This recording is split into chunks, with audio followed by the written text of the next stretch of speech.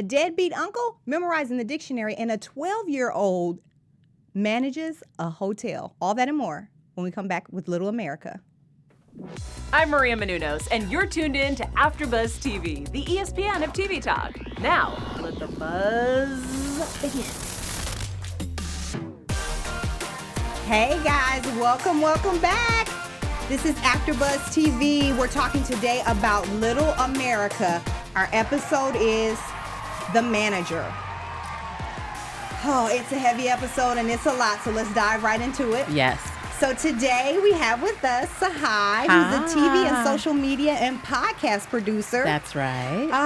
Give us a little bit of how you felt about today's episode. You know, I was not expecting what I got from this show, and it was a surprise, but a pleasant surprise, and it really touches on a topic that is really important right now in a way that I hope a lot of people can understand and be sensitive to. So I really enjoyed it. I agree. Very well said, Tsahai. Thank you. Very well said. I think I felt the same way. I was not expecting it. I was completely surprised by it.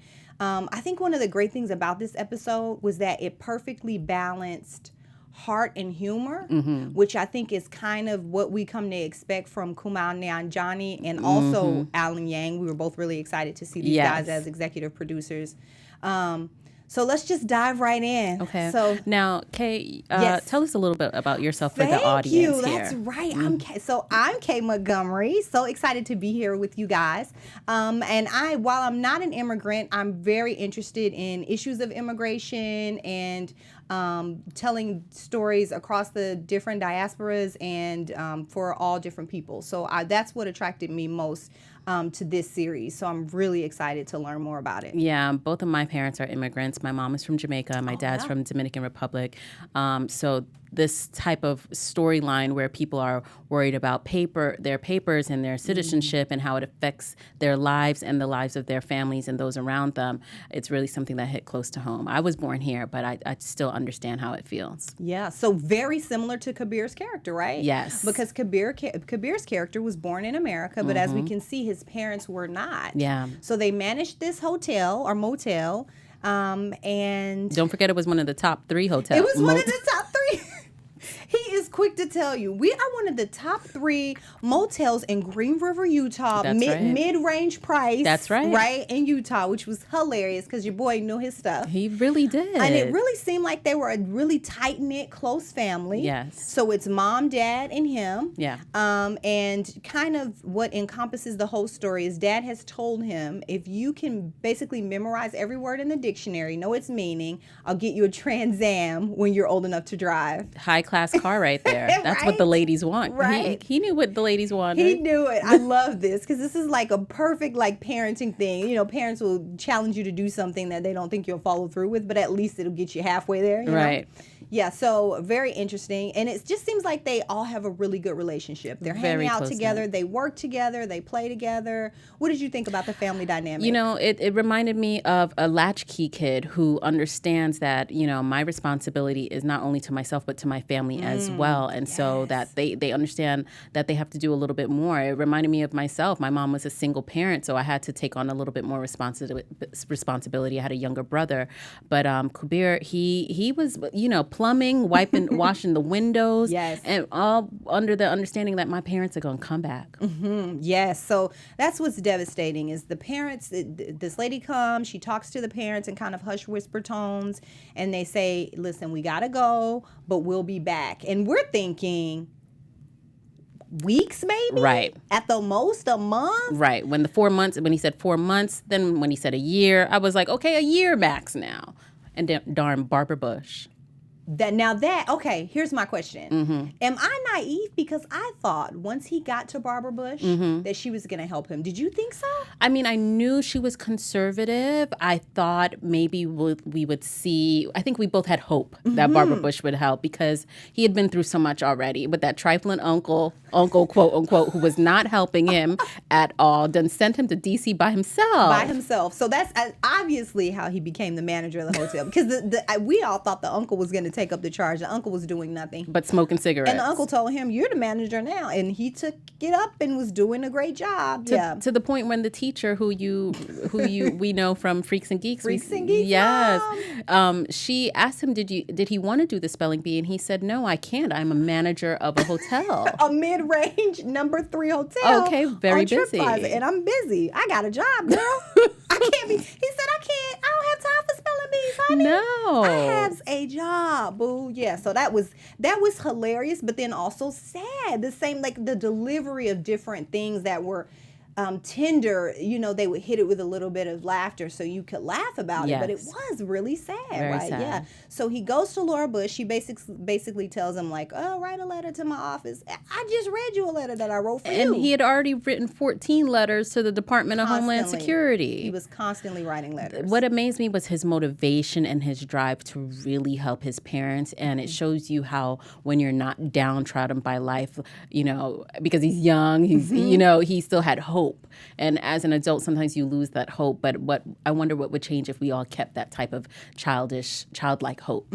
How we would, make an effort. Yeah, he really did. To find a kid that responsible consistently was just amazing. Because every time we see him, he's doing something to clean up, he's helping someone, he's doing some type of plumbing. And then I felt like early on when he was a lot younger and in early teenage years, they would show him interacting with his parents. But then as he got older, you didn't really see them Skyping anymore. True. And then, you said he was very responsible, but as you mentioned, when he got older, he let loose and had the parties in the hotel room. Fortunately, he kept it to one room, which was responsible. Right, I thought that was responsible. Yeah, that was so and responsible. And he insisted that he clean it up, too. I know. But his skin looked different. He just looked sadder. His eyes looked darkened. He looked hardened by life.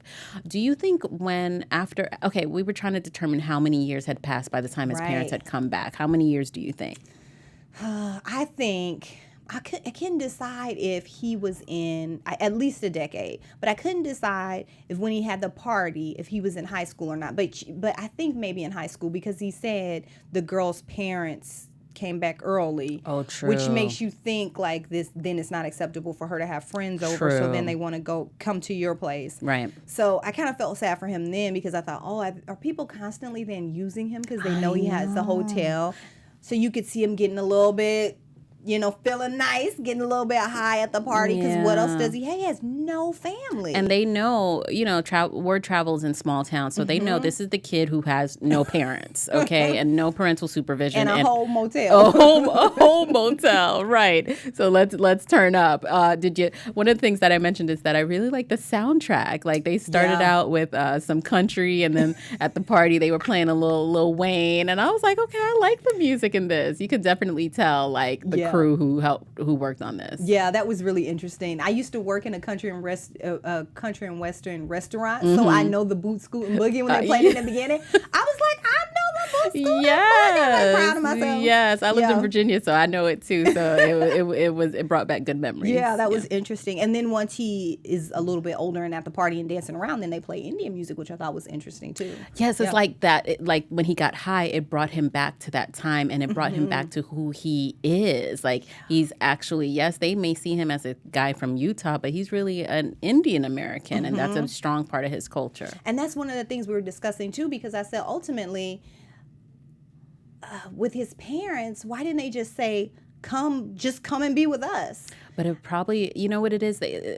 People move for opportunities. For a better life, right? That's right. And so if he had left, they would have lost the hotel and lost all they had worked for. It's hard to own a business, whether you're a citizen or not. So the fact that he was responsible enough to maintain it to the point they could leave and come back and still have this business that was, running. It was, people were calling it saying that it was trash, but it was a functioning. It was the number 3 operating hotel. So he didn't want to lose all that they had worked for, and also lose opportunities for himself, probably, because he would have then had to start over. Yeah, I think that's a good point too. And I said also, you know what? He is an American Indian at this point. He would go to India or what country they were from, Pakistan or wherever, and who knows if that would have felt like home for him, you know?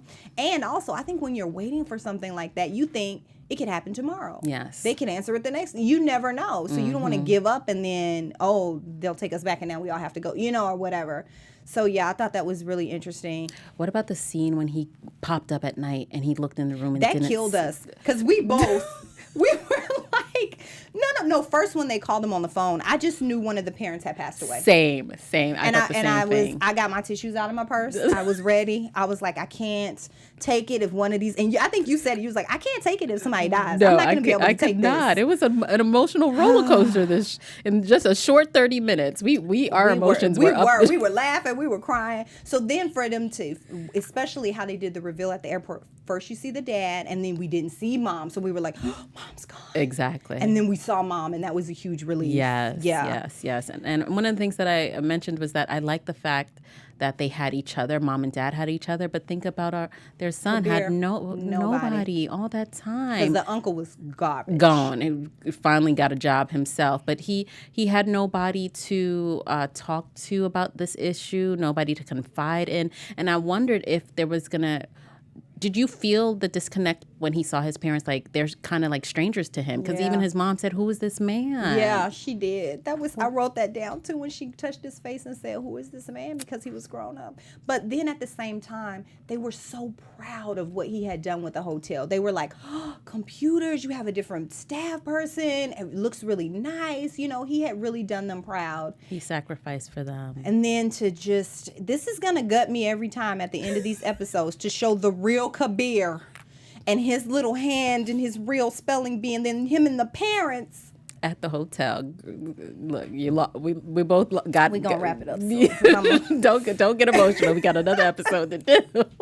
How do you feel about that touch? Real life touch. It really, again, it makes it hit home. I think Alan Yang and Kumail did a very good job of really forcing people to understand that these are not just stories; these are real people's lives. Yes. Yeah. Such a great ending to that, to just go ahead and hammer it home. Even when you say based on a true story, but to show you the actual real life person was just, that really hit home. Yeah. All right. Well, thank you so much for joining us today, guys. Once again, how can fans reach you? You can find me on Instagram at Tsahai. That's SayHitsahai. Thank you so much for being with us. My pleasure. This was fun. And you guys can find me, K Montgomery, at Host K on Instagram and Twitter. Thanks so much, guys. We'll see you next time on Little America. Bye. Bye. Our founder, Keven Undergaro, and me, Maria Menounos, would like to thank you for tuning in to AfterBuzz TV. Remember, we're not just the first, we're the biggest in the world, and we're the only destination for all your favorite TV shows. Whatever you crave, we've got it. So go to AfterBuzzTV.com and check out our lineup. Buzz you later. The views expressed herein are those of the hosts only and do not necessarily reflect the views of AfterBuzz TV or its owners or principals.